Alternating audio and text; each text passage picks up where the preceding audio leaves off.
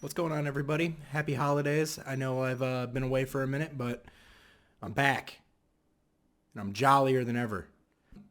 I want to do I got quite a few reviews I got to get done today. The first one is probably my favorite one, to be honest. I'll get the other ones rolled out sooner or later here, but I thought the most important one should be the one that was the best one, and that's gonna be Spider-Man: No Way Home. I went and saw this a couple days, the weekend it came out, and then I wanted to do the review right after I saw it, but I didn't want to give like I didn't want to give just like a honeymoon phase first impression of it.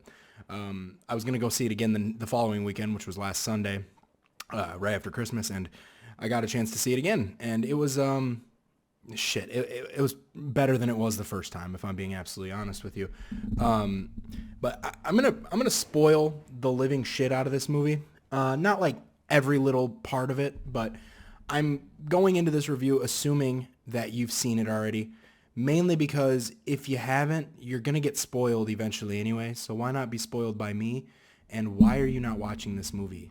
Like, you got to make some time to go and see this movie, whether you have no time at all or you have all the time in the world. You need to see this movie probably a couple times, to be honest, if you want to get every little bit of information that you can out of it. Of course, there's other videos that'll explain more stuff. I'm not gonna like go crazy into it, like deep, but I'm gonna score it first, so the people who are here to watch the review get their score. If they haven't seen it already, they can just go off my opinion on it. And then I'm just gonna kind of go all in a little bit, and I'll talk about there are two after credit scenes in the movie, like traditional Marvel movies do. There's one right in the middle of the credits, and there's one right at the end. I won't spoil it right this second, but only one of them really matters right now. So I'm just going to get right into it. By the way, Spider-Man shirt, badass, love it. I'm just going to automatically rate this movie right off the bat. It's a little different than normal. I'm going to go with, honestly, I don't like rating movies with perfect scores. And I had a discussion with this with a couple friends before too. And I understand if you think, if you have so many movies that you love and you're rating them 10 out of 10, that's perfectly fine. You do whatever you want. But the way I rate things, I try not to give perfect scores really often at all. I try not to give like a perfect score because in reality, there were a couple little things about Spider-Man, and they're very minor, but little things that kind of swayed my opinion on the rating a little bit. But it's not bad enough. Like there's nothing bad enough about it to like make it an atrocious score for it. I'm giving it a 9 out of 10. You could even say 9.5 if you want to. If you want to be stingy about it, let's just say 9.5. I'm just gonna go 9, just because that extra point it's so hard for me to give a movie that extra point, just because like it was really good. But I don't traditionally like to rate everything perfectly. It's just not my style. And that's fine. I'm giving it a 9 though. 9.5, somewhere around there. It's brilliant. It's absolutely brilliant. What they've accomplished when it comes down to it was a multiverse event beyond anybody's dreams, pretty much. Now that I got the rating out of the way, I'm just gonna tell you right now, the story's great. The characters are great. This is everything you want from a Marvel movie, but it's also everything that a Spider-Man movie should be as well. So if we're talking perfect score, I'm going to give it a 10 out of 10 when it comes to being a Spider-Man movie. Like, this is by far the best Spider-Man movie we've ever had. Standalone Spider-Man movies at that. And I'm not even saying that because Doctor Strange and all the crossovers that are in it. I'm saying that because this trilogy in general, from Homecoming to Far From Home to No Way Home, a lot of homes, they're all just really good. They're all good in their own right. Like you think back to like Amazing Spider-Man, for instance, and I'm mentioning these movies because if you haven't seen the trailer yet, the bad guys from each Spider-Man movie from the past and now are in this movie.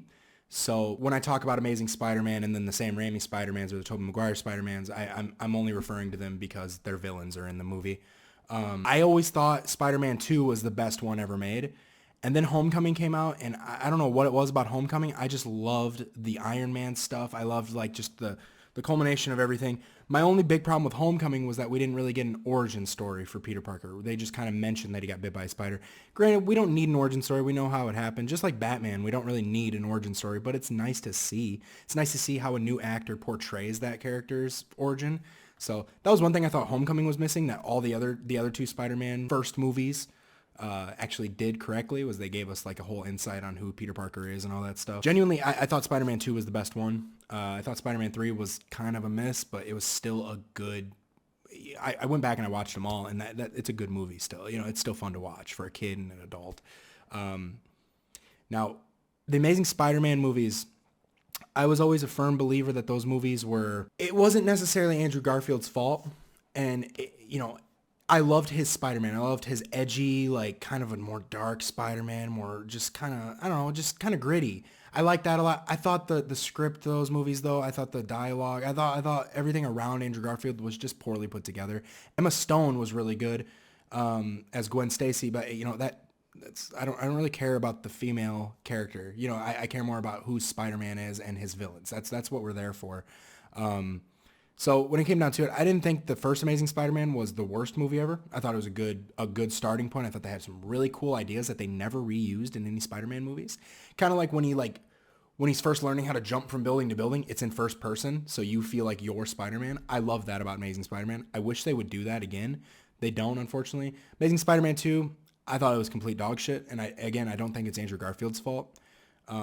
But just to give you some insight on where I stand with Spider-Man and the property in general, I completely respect all the old movies. I love them all in their own way. Amazing Spider-Man 2, like I said, it was kind of such a wash. I did think they needed to make a third movie, personally, but it is what it is. But I felt like Civil War, Homecoming, Far From Home, and No Way Home are the perfect Spider-Man experiences.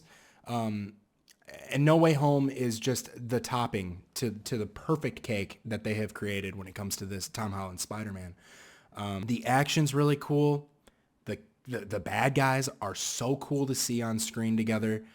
They brought everybody back, and I'm not even like joking. Like the guy who plays Lizard, I forget his name. I like him a lot. He's back.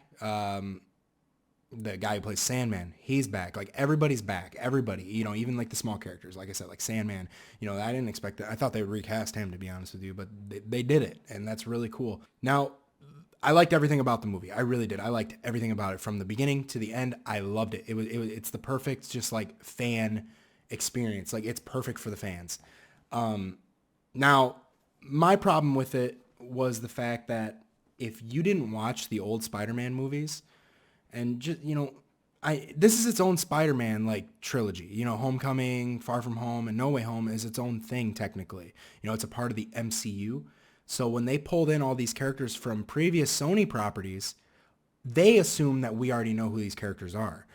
That's the thing though. I've talked to a lot of people, and there's not a lot of people that are like movie freaks like we are. Like the people on this channel, we're all movie freaks. We love movies. That's why you're watching, So there's not a lot of people, not everybody's like that. Like I got a few people at work that took their kids to see the movie.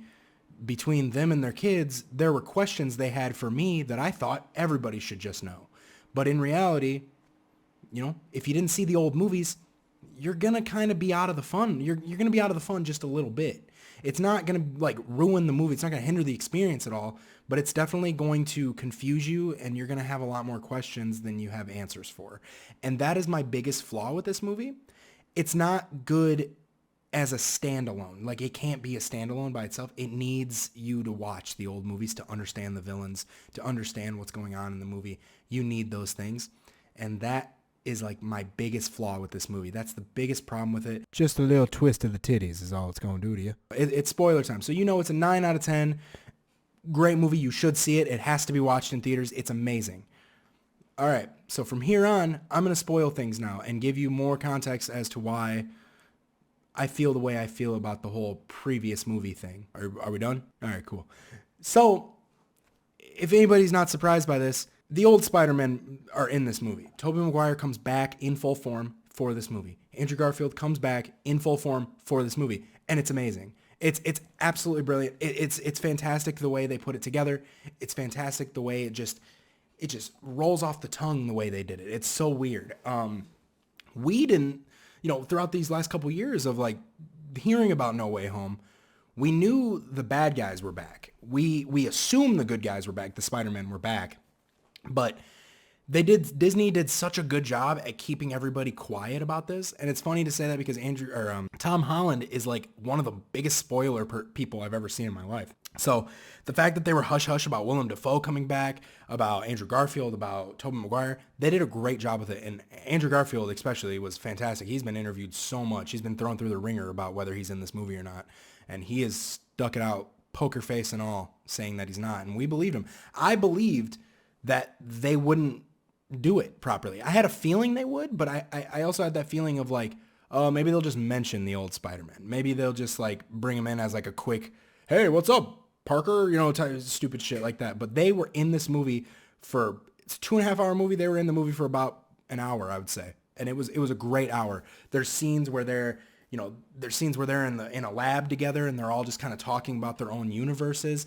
That was really cool. There's so many like little meme moments, you know, like the Spider-Man all pointing at each other. That happens in this movie.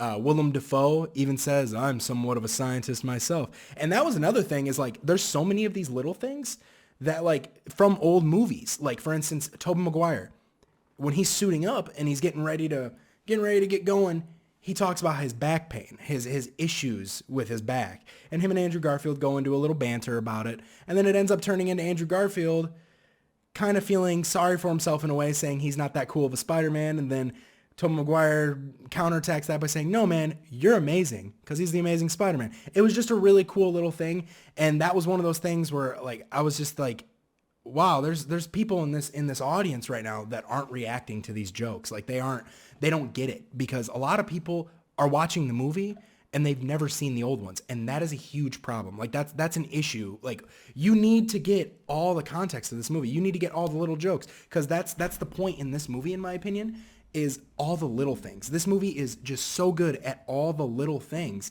But the problem is, if you don't know what to look out for, you're going to miss those little things. And I'm not going to say that's a bad thing. Like, it's not bad that you miss little things, but don't you want the full experience of this new Spider-Man? Don't you want, like, the full experience?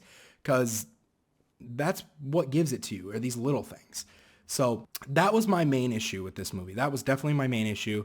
But me personally, I've seen them all, so fuck you. You know what I mean? I don't care if you've seen them or not. Point is, I got people asking me about little things that should be known throughout the entire Spider-Man community.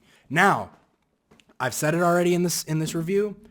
This Spider-Man movie is the best Spider-Man movie ever made. Like, in my opinion, this is the best Spider-Man movie ever made. It's just a really good movie. It's really fun. It's got so much good banter to it. Every scene every scene feels like it's giving you information, and that's good. That's a really good just approach to this movie. Doctor Strange was badass in this movie. They had a little fight him and Spider-Man did, and that was really cool. But yeah, so not to spoil the whole movie or anything, but I'm going to go through the ending really quick, because I did have a lot of people asking me like what my opinion was of the ending. I thought the ending was really cool. I like how Sony and Disney kind of have like, you know, this like agreement that Spider-Man is still Sony's, but it's technically better in the MCU, which we all know it is. The movie ends though with Peter Parker pretty much deleting himself. Like, he pretty much tells Doctor Strange to completely delete who Peter Parker is. So nobody knows who Peter Parker is. Everybody knows that Spider-Man exists. They just don't know who Peter Parker is, which means Mary Jane or Michelle Jones, MJ, Ned, and all the other Avengers, they don't remember him. That's the fundamental ending of the movie, which is very cool, because technically it gives Sony the ability to kind of let Tom Holland, you know, sit around, maybe do some more shitty Uncharted movies or something.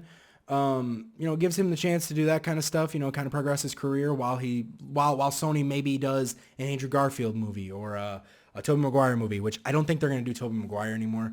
I just think when it came down to it, the impact that Tobey Maguire has is amazing. He's a little old now though, and a lot of people want to see like an old man Logan movie type of like Spider-Man movie.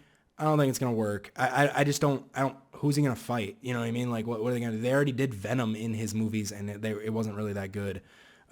So it's like, I guess he could fight Kraven the Hunter technically as like an older man, but like, I don't think they need to milk Tobey Maguire anymore. He had his 3 movies. I think he's good. I think Andrew Garfield is due for a new movie though. I think he proved it in this No Way Home.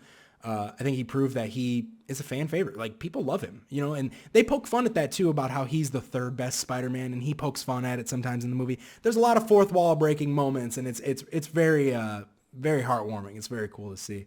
I did think Andrew Garfield though was the most fun Spider-Man in this movie, and I know a lot of people like were like anticipating Tobey Maguire being like the guy. I thought Andrew Garfield was the support that Tom Holland needed, to be honest with you. I thought it was a really good, and that's not discrediting either of the other two Spider-Men. I thought Tom Holland and Tobey Maguire were fantastic in their roles. I just thought Andrew Garfield proved, I felt like they almost, like Sony almost like wanted Andrew Garfield to be the one that everybody likes the most though, because I got a feeling, I got a theory of what they're going to do next, and I'll get to that when I get to the after credit scene. Pretty much at the end of the movie, they send everybody back to their own universe, though. Spider-Man goes about his day. He tries to. There's a very heartwarming scene between him and MJ with the whole. I love a good love story. I really do. I really love The Notebook. I love a good love story. And at the end of the movie, pretty much Mary Jane. You know, they both. I'm sorry, her name's not Mary Jane. It's Michelle Jones technically in this, but Mary Jane, MJ, Michelle Jones. Her and Peter hug, and Peter tells her, "You're gonna forget who I am. I'm gonna find you though. I'm gonna come and find you." And MJ pretty much said, you know, she agrees, and you know, they go along with it. Everything progresses so well in this movie. Like, there's no explaining that needs to happen. You know, there's no bullshit. You know, there's a moment in the movie where Tom Holland or Spider-Man does something that might be disapproved by his friends, and he ends up going, "Hey, I'm really sorry, guys," and they just go, "Hey, don't worry about it. Just run it by us next time." You know, and they don't go deeper into that at all, and that's perfect because they're all best friends. Well, Peter and MJ are lovers, but they're all best friends, and you can tell they're all friends, you know, in real life and in the show and in the movie. And I thought that was great. I thought they did a really good job at adapting that to the screen. But yeah, I love the ending because, you know, Peter goes to the cafe where MJ works, and he just kind of decides not to do anything yet. He decides to kind of just let her go to college and do what she's got to do, you know. But she's still wearing her Black Lotus necklace from the last movie, Far From Home, or yeah, Far From Home. There's so many homes, home.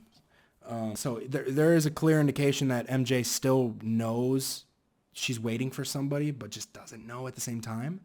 So, and for all we know, the Doctor Strange spell might have just been temporary. You know what I mean? It might not have wiped everybody like we all think, because the movie just kind of ends in a typical Spider-Man fashion where he's swinging through the city and then he dive bombs into the camera, and it's really badass, and the credits roll. You know, it does end like that though. It kind of ends with Peter deciding, you know, I don't want to hurt anybody anymore. Maybe Peter Parker needs to stay gone for a little bit.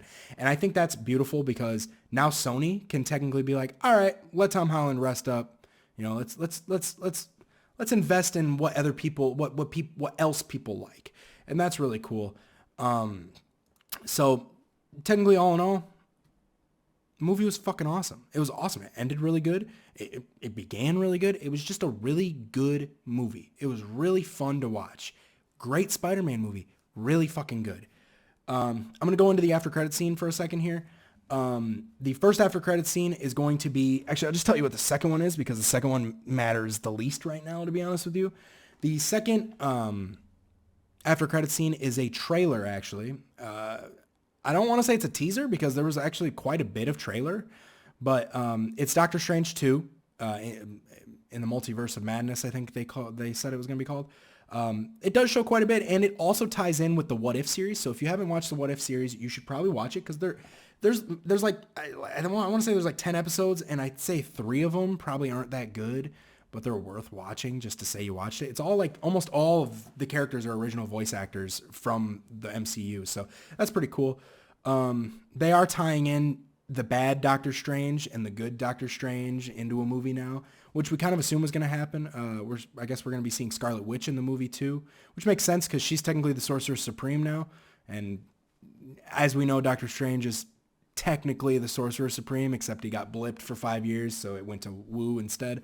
But yeah, that after credit scene didn't really matter much. I think that movie is the next movie that's going to come out though, so that's why they gave a teaser. Kind of reminded me of at the end of the first Captain America movie. We got a trailer for Avengers. It was pretty much the exact same way. You know, they did it the exact same format and everything. Pretty much teasing for the next movie. That comes out in May, I believe. I think that's May, somewhere in the mid-May section. So we'll review that when it comes out. I think it's going to be pretty good. It's supposed to be the first horror film in the MCU. And the trailer was very ominous. It was very dark. It was kind of creepy, to be honest. So I think it'll work. Now, for the more important one, and let's be honest here. If you know me, you'll know that I think that the Sony Venom movies, and this is also including Morbius too, the new one with Jared Leto that's coming out in like a month or something. I think between Venom, Let There Be Carnage, and Morbius, I think those might be the biggest pieces of shit in cinema history. And I'm not ever going to defend those movies. I will never defend those movies. I think they are the biggest waste of my money I've ever seen. I haven't even wasted my money on Morbius, and I already know it's a waste of money. That movie looks like utter dog shit. You don't release a superhero movie in January. Just saying. People don't really... good movies don't come out in January. They just don't. And I hate to say that because my birthday's in January. I've never seen a good movie in January. I really haven't. It's just not in the cards. It's not. So, in theaters, I mean. The second trailer, though, the reason I digress a little bit and I go into Venom, at the end of this movie, or in the first after credit scene, it shows Eddie Brock, Tom Hardy, in a bar, pretty much trying to piece a puzzle together. Like he's writing notes and trying to figure stuff out. The first thing he says is he's talking to a bartender, and he's pretty much like, I think he might be a little drunk, but he's pretty much asking questions. He's like, so you're telling me that there's a guy with an iron suit that saved the planet and everything? He's talking about Iron Man. Which confirms that at the end of Let There Be Carnage, there was a blip that happened. Like something happened, because at the end of Let There Be Carnage, the movie's so bad. At the end of Let There Be Carnage, Eddie Brock and Venom go on vacation. They go on vacation, they go to like Cancun or some stupid shit. They're laying in bed, the TV turns on. As soon as the TV turns on, a big wave, like a blip happens. And if you've seen the Loki series, you'll know that most likely... what happened, they didn't explain it, and that's the problem, is we kind of had to speculate a little bit, but I'm pretty sure what I'm about to say is the canon of what they're going to do, or what's unfolding. At the end of Loki, Loki and Sylvie opened up the multiverse on accident. Well, they knew it was going to happen, but they did it, and it was kind of, I guess you could say it was an accident, I don't know, by killing Kang, or a variant of Kang. They opened the multiverse, though, and when they did that, it happened everywhere. So the multiverse is everything. So at the end of Let There Be Carnage, a blip happens, like a thing happens, and we can't tell what happens exactly. It just looks like the room changed a little bit, but it's hard to tell because that movie's so shitty. The TV turns back on though, and Tom Holland's Spider-Man was on the screen, and that indicated to us as the fans that, oh, they're bringing shitty Venom into the Tom Holland series. Maybe that'll save the shitty Venom movies. So that's kind of how we had to predict things. We had to assume that. But then this after credits scene debunks that a little bit by having him, well, obviously we know he blipped.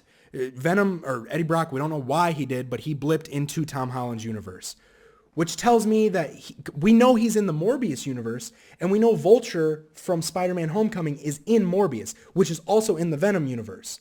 But that also, in Morbius, there's also a Spider-Man in that universe, but there's also an Oscorp. And if you paid attention in No Way Home, you'll notice that Norman Osborn, Green Goblin, when he's in his normal state of mind, or when he's in like his normal Norman mind, he's saying that Oscorp doesn't exist, because in this universe, in Tom Holland's universe, Oscorp doesn't exist. Norman Osborn doesn't exist. Those people aren't, maybe he exists, but he's not a scientist in New York at all in these Spider-Man movies. Which tells me, if you watch the Morbius trailer, it shows Oscorp. It shows a graffiti picture of Spider-Man on the background too. That tells me that Morbius is not centered in the Tom Holland universe. It's not. It's not centered in the MCU. So it's centered somewhere else, which means it's either centered around Amazing Spider-Man's universe, which most likely it is, or it's centered around the Tobey Maguire universe, which I don't think it is. Mainly because I don't see them using Tobey Maguire anymore. I just don't see it. So in the Morbius trailer, you see Oscorp. You can put that together. But then they show Vulture, and he's from the MCU version. Maybe it's a different version of Vulture. Who knows? We don't know yet. That's why I was kind of confused on it. But in the bar, Venom, or Tom Hardy or Eddie Brock, whatever, stands up, and he kind of gets a funny feeling, he says. Well, before that, he pretty much says, we got to go and visit this Peter Parker guy. And then the wish happened where it blips everybody back to before everybody knew who Peter Parker was. Tom Hardy, or Eddie Brock, disappears. He stands up at the bar and he feels funny. We all know it's because Doctor Strange's spell just affected him, which further indicates that he is, we already know this, but he's in the Tom Holland universe. It blips Venom, Eddie Brock, away. He disappears just like everybody else did at the end of No Way Home because he's going back to his own universe, which further indicates to us that he's not in a normal universe. He transported and didn't realize it. Especially because in the beginning of the conversation at the bar, he's asking about Iron Man. If you're from the MCU universe, you're going to know who Iron Man is. You don't need to question a bartender about it. You know who he is. So therefore indicating to me that he was blipped from a different Spider-Man's universe. Which Spider-Man is it? We already talked about that. So he blips away, but right after he blips away, there's a gooey symbiote that is left behind, which is stupid to me. Because how is that symbiote there if everything that is Venom and Eddie Brock disappeared? Whatever, we'll just say it fell off of Venom's fat ass. Who knows? And to be honest, I'm pretty sure we know that Tom Holland is coming back for 3 more movies. If I recall, they did confirm that. I might be wrong, but I'm almost certain they confirmed that recently before No Way Home came out. I think that symbiote is most likely going to venture into the Tom Holland. It's already in the Tom Holland universe, so it's probably going to venture into the Tom Holland universe more, and then we're going to get the Tom Holland black suit symbiote Spider-Man. And it's most likely going to be, since at the end of No Way Home, this Peter Parker is going through kind of like I wouldn't say a depression, but kind of like he's alone. So the symbiote is definitely going to feed off that energy. That's on the bar, and it stretches out like a hand, and then it kind of ends. It just ends right there. So what I think is going to happen, I think Sony realized how much money they can make off of putting Venom in their own Andrew Garfield universe instead of giving the MCU any money anymore. I think what they're going to do is they're going to transport Venom back to the Andrew Garfield universe where he was in the first place. We just didn't know it yet because they didn't want to do that yet. They didn't know if they could or not. So I think he's going to transport back. I think he's going to go and he's going to, I don't know. I just don't know. I don't know why he's going to have any incentive to go and talk to Spider-Man again because he doesn't even know, I guess he still knows there's a Spider-Man. He just doesn't know that Peter Parker is Spider-Man anymore. So it still works technically. But I don't know. It's very confusing sometimes. But in the middle of Andrew Garfield and Tom Holland and all the Spider-Men talking to each other, they talk about the enemies that they fought. It was a really cool scene. And Tobey Maguire says that he fought some kind of alien from space, like a symbiote. He's talking about Venom from the third movie. He just didn't want to call him Venom because they didn't know his name was Venom. So Andrew Garfield pretty much says, I want to fight an alien in space or an alien from space or whatever. Further indicating to me that he's probably going to fight Venom in The Amazing Spider-Man 3 because I can't think of any other bad guys that he could fight. He's already fought everybody except Doc Ock in his own universe and Green Goblin in his own universe, which actually he did fight Green Goblin in his own universe in Amazing Spider-Man 2. It was horrible, but whatever. So I think they're going to be merging Tom Hardy and Andrew Garfield into a movie together and maybe progressing to an Amazing Spider-Man 4 where they team up. Who knows? Maybe they'll come into the MCU universe teamed up. I don't know. But I don't want to spoil anything else. I know I've given you the ending already, but there's so much in between in this movie that is just really good. Really quick, I'm going to go into a little bit of a thing I talked to a few people about. A lot of people are thinking that this is the best MCU movie, and I just kind of wanted to give my opinion on that before the video ends. I don't think this is, and this is all opinion, so don't come at me. Don't be bitching at me about this. This isn't the best MCU movie ever made. I have examples as to why this isn't the best MCU movie. Example 1 and 2 together, Infinity War and Endgame are the best MCU movies ever made. Marvel Cinematic Universe, that movie has the entire Marvel Cinematic Universe in the movie. I feel like people have just forgot that literally, I know COVID took a lot out of people, but I feel like people have literally forgot about Endgame. They forgot. Everybody thought the whole Tobey Maguire and Andrew Garfield thing was such a surprise. You wanna what made me crap my pants? Is the fucking everybody disappearing at the end of Infinity War and the whole crowd in the audience being quiet and not knowing what to say or do because nobody expected it to end the way it did. People forget about these things that just happened 2 to 3 years ago, and then we get Endgame that was just a culmination of everything great about Marvel. So like I can't dethrone Endgame, and I put Infinity War in there with Endgame. I can't dethrone those movies though. Those are the best MCU movies. Those are movies, and like I said, I have a thing when it comes to if you're gonna watch a sequel, you need to watch the old movies. And they don't really tell you that No Way Home is a sequel to not only Homecoming and Far From Home, but it's a sequel to all the other Sony Spider-Man movies. And that is a problem to me when you have to go into a movie and you don't have context to everything. That makes you feel stupid, and I hate that feeling. There's just certain movies out there, like, for instance, a good example in my opinion is The Dark Knight.